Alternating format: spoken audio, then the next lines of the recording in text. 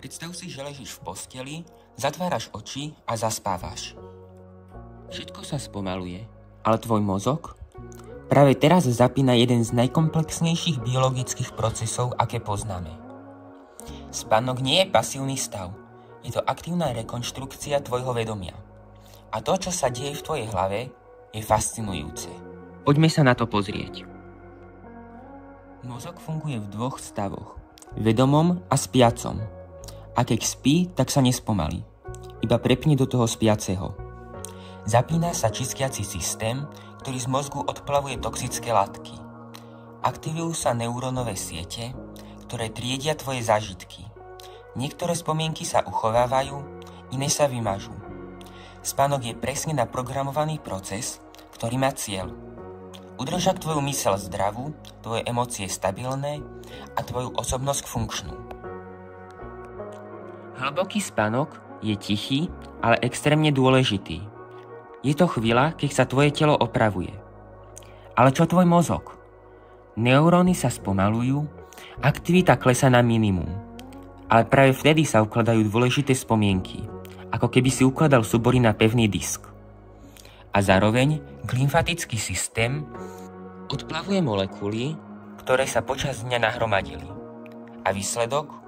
Po hlbokom spánku si mentálne čistejší.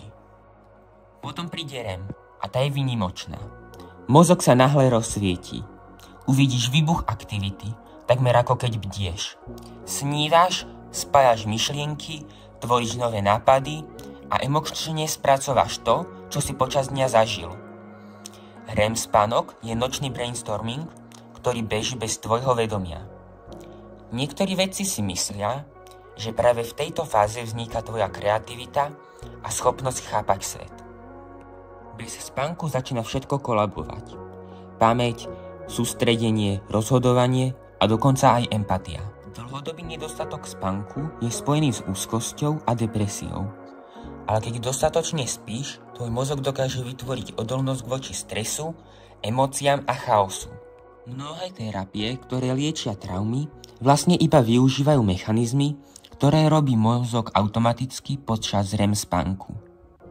Keď chceš zlepšiť svoju pamäť, koncentráciu, náladu, výkon a imunitu, nemusíš brať tabletky ani piť 4 kávy denne.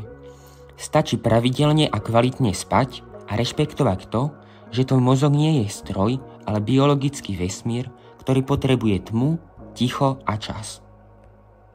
Spánok nie je prestávka.